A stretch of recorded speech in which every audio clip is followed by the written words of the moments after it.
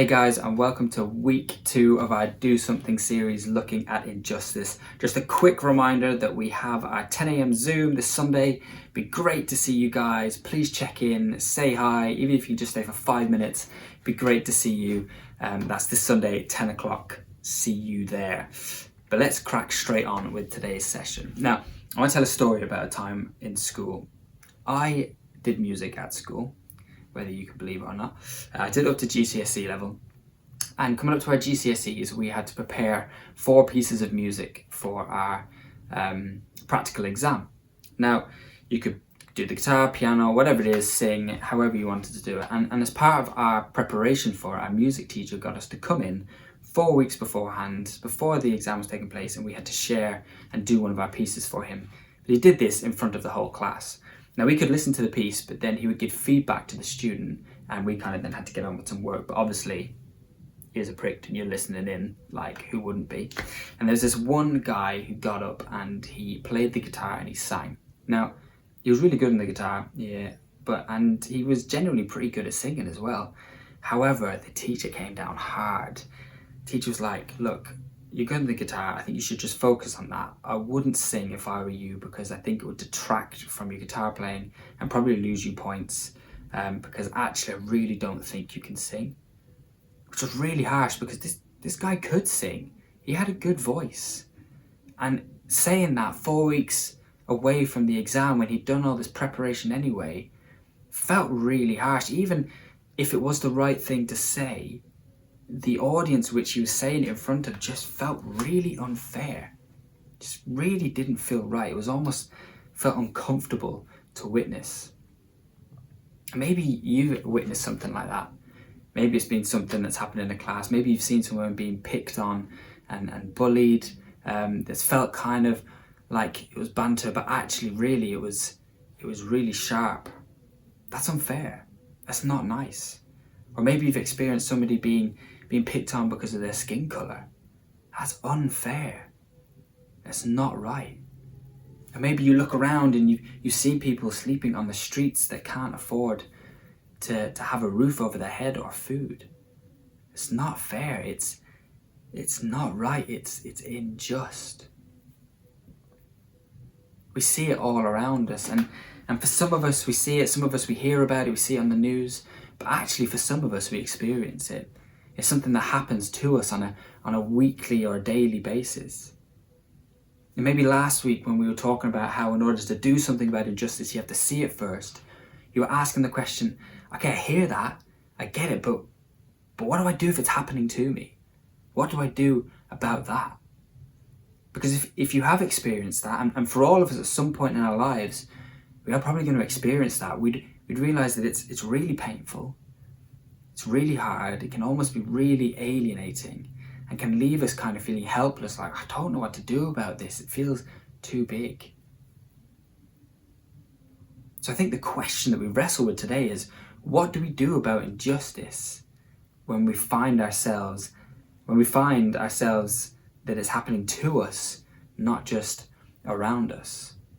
So I want us to kind of wrestle with that question this morning. Before we go on and we look at our Bible story this week, I just want to say that if you've experienced any of these injustices, you don't deserve it. You don't deserve it, and I'm so sorry that you have done. You see, right from the very beginning of time when God created people, he created us in his image. Now, we may not know what God looks like, but we are created in order to show people an essence of who he is. And because of that, it means that you have value. You are valued. And it's not your fault, it's not my fault that we are kind of born into this world that is broken and has rules and expectations and judgments on how people should be or how people should act. In fact, the injustices maybe that you experience or you see around us says more about the brokenness of the people that are putting it on you than it does about you. You are valued and you are loved and you are created in God's image. Now, that being said, I'd love for us to look at a story of 3 people that really experienced some injustice in the Bible. And then we can start to unpick that and understand how we can then deal with it when we're thrown into the situation as well. So we're going to look at a story with some incredible names in it. If you're ever thinking of names of children, these are the names that you need to go to. So this is the story. Back in ancient times, ages and ages ago, there was a crazy king and his name was Nebuchadnezzar. First incredible name.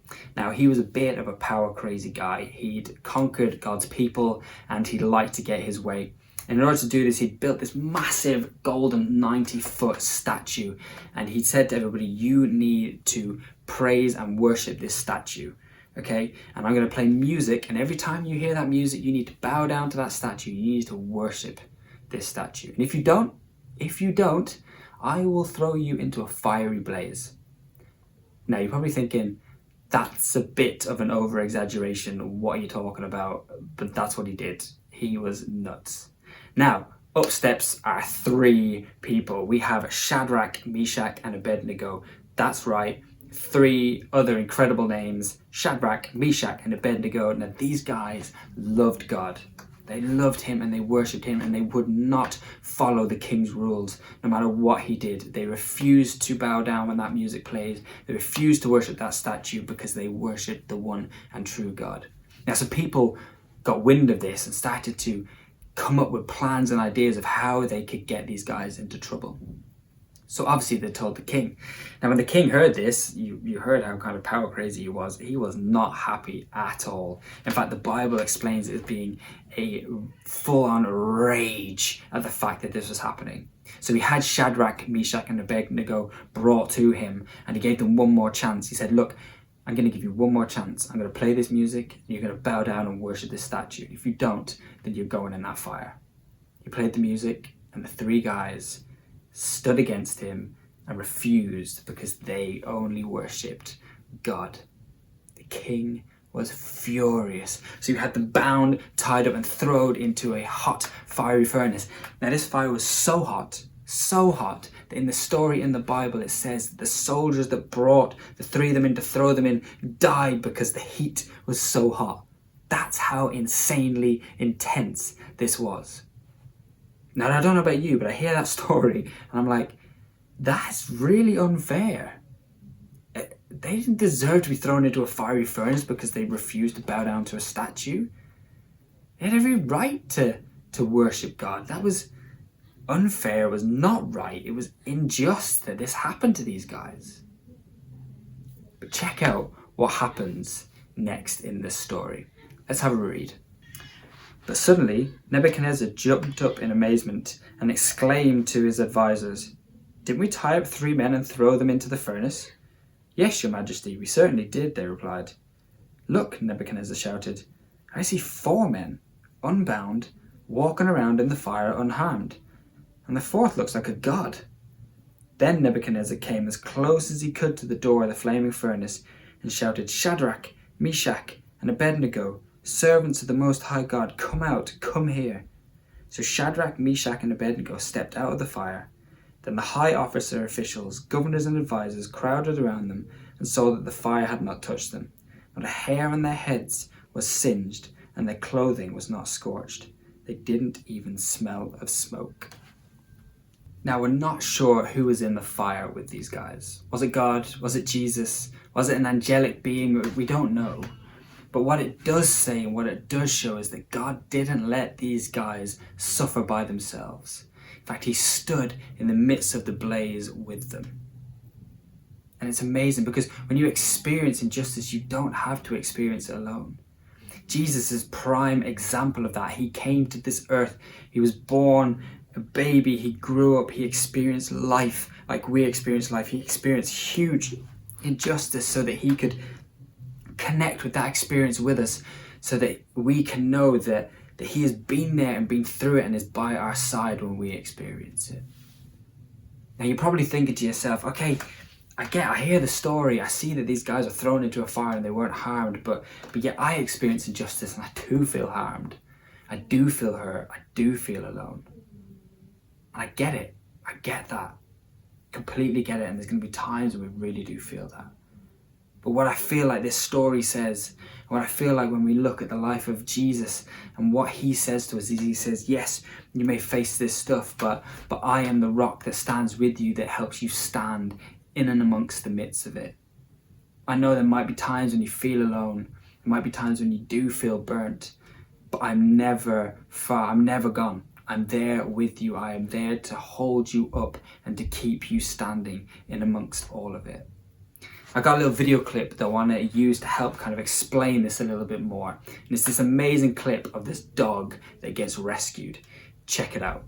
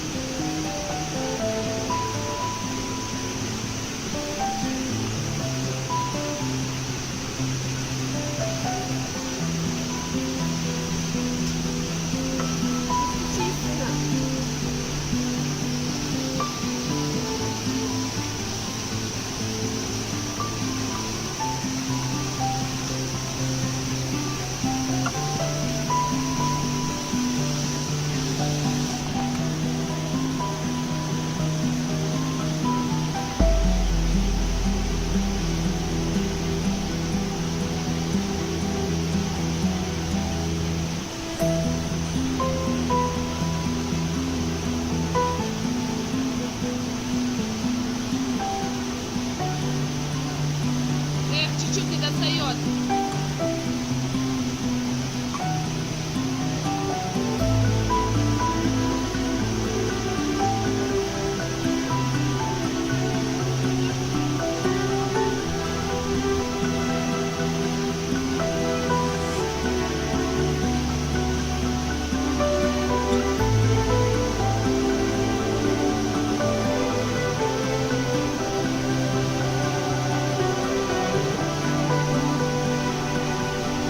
Еще одного человека надо.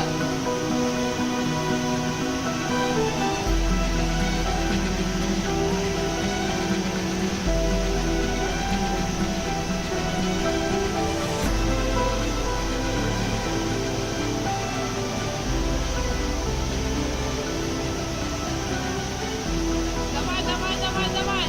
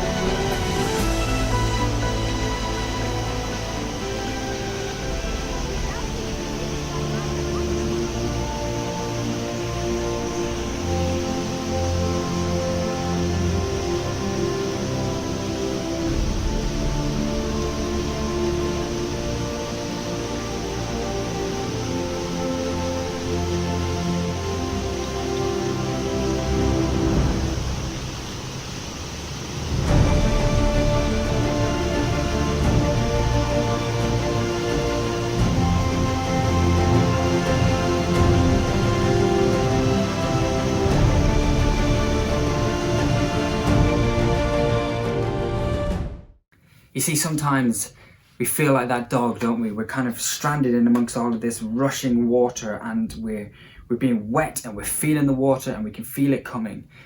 And it's so easy to suddenly just be whisked away by that water. But I think the image that we saw in this story in the Bible and from Jesus is that he is with us and helps us stand. He helps us stay stood in amongst that raging water. And then from that standing, then people can step in. People can step in as we share our experiences, as we shout loudly, as we maybe even don't say anything, but the fact that we're stood shows that something else is going on, because God's kingdom is at work everywhere. God's kingdom is always at work trying to battle against these injustices. So then you have somebody who comes along and reaches out a hand. But actually it takes more than that. It takes teamwork. It takes people that catch a glimpse of God's kingdom to step in and help with this injustice. Now, there'll be times in our lives when we could be that dog and actually we could just walk out by ourselves. But then there are also times when we need help, and we need people around us to gather around us in prayer and bring us through it. You are not alone when you face these things. Maybe you feel like Shadrach, Meshach, and Abednego. You feel like this dog. You feel like you're kind of rushed around. Well, I say to you, keep standing. Keep standing.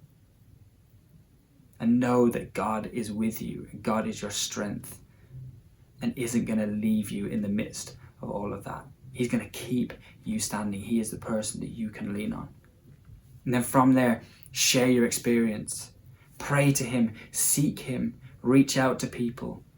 Share, speak, talk to a leader here at Vibe, talk to a trusted friend.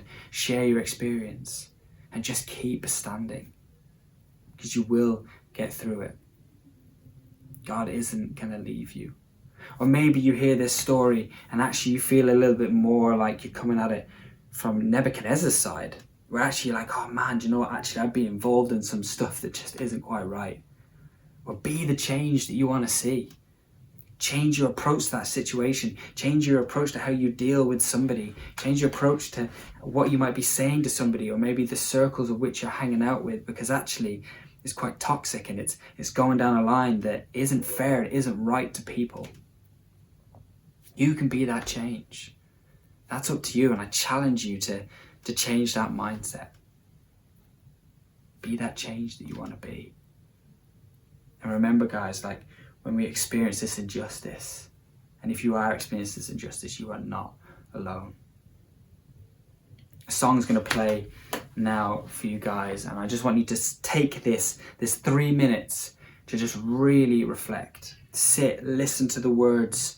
Maybe you want to pray, maybe you want to cry out to God, maybe you feel like you're in that fire or in that river and you just want to cry out to God and just be like, God, keep me standing, keep me standing, keep me standing.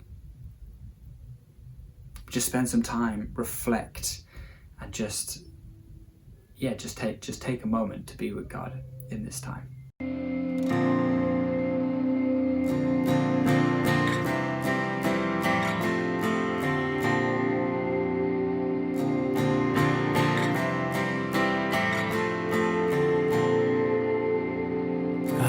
Justice, Savior to all, came to rescue the weak and the poor, chose to serve and not be served.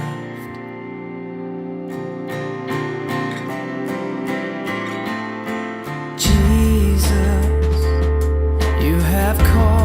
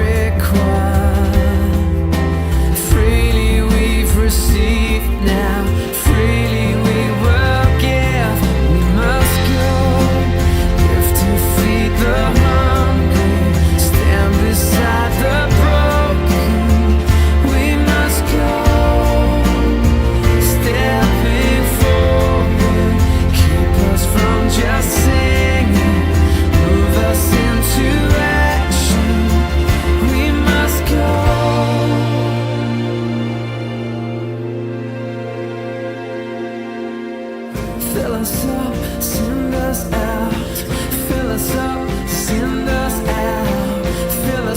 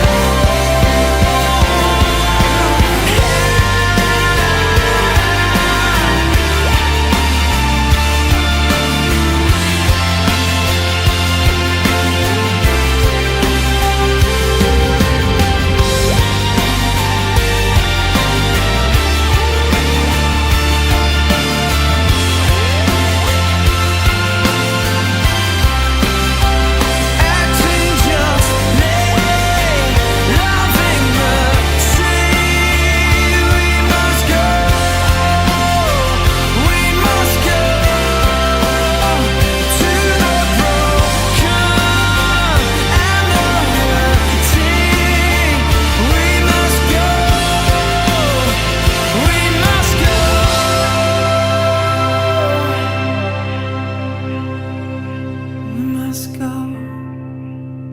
If to feed the hungry, stand beside the broken, you must go. And keep us from just singing, move us into action. We must go. So guys, today maybe this has touched a nerve, maybe this has made you feel like, I really need to talk to somebody. We're here at Vibe. Drop us a line on Instagram, speak to your parents, speak to a trusted friend. But just remember, you're not alone in dealing with this. God is here with you, we're here with you, and we want to support you.